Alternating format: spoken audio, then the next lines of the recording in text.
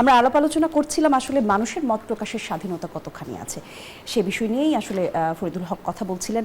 এই যে পরিবর্তিত পরিস্থিতি, বাংলাদেশের এখন যে অবস্থা, সবকিছু মিলিয়ে মানুষ আসলে নানা রকমভাবে নিজেদের মত প্রকাশ করছে। কারণ বছর দেড়েক আগে যেই আন্দোলনের মাধ্যমে বাংলাদেশ স্বাধীন হলো, তারপরে আমরা ভেবেছি সোশ্যাল মিডিয়া, নানা রকম কথা বলার যেসব জায়গা, সেখানে মানুষ উন্মুক্ত, নিজেরা নিজেদের মতামত প্রকাশ করতে পারবেন। আদৌ পারছেন কিনা? ফ্যাসিজম এখনো আছে নাকি পুরোপুরি ফ্যাসিজম চলে গেছে? আপনার দৃষ্টিকোণ থেকে একটু জানতে চাই।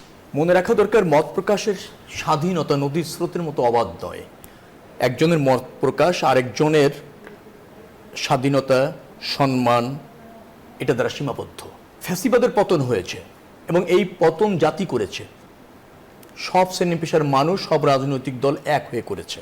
সেই ফ্যাসিবাদী শক্তি, সেই শক্তিকে রাজনৈতিক শক্তি মনে করাটাও একটা অপরাধ। ফ্যাসিবাদী শক্তি কখনো রাজনৈতিক শক্তি নয়। ফ্যাসিবাদী শক্তির নির্বাচনের অধিকার থাকে না। যারা এভাবে দেখছেন, সেটা মত প্রকাশ না, সেটা অপ্রকারান্তরে ফ্যাসিবাদী প্রতিষ্ঠিত করার অপচেষ্টা এবং এক ধরনের ফ্যাসিবাদের পক্ষের যুদ্ধ।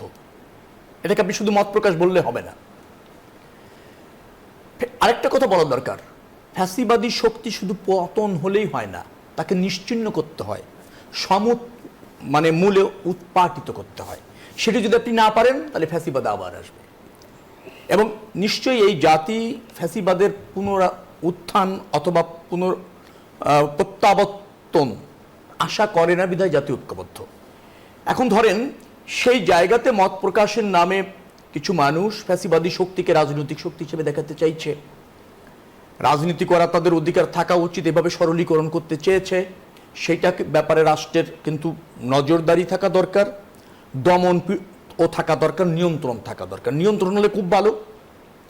আর নিয়ন্ত্রণে যদি আপনি ব্যর্থ হয়ে যান, নিবৃত্ত যদি তাদের করা না যায়, তাহলে নিশ্চয়ই তাদেরকে দমন করার অধিকার রাষ্ট্র রাখে এবং এই দাবিও জনগণ রাখে। নিশ্চয়ই সে ব্যাপারে আমাদের সজাগ হতে হবে। আমরা যেন সব কিছুকেই, ধরেন 1400 মানুষ জীবন দিল একটা আন্দোলনে, জুলাই আন্দোলনে। তার আগে যদি বলেন, হাজার হাজার মানুষ জীবন দিয়েছে।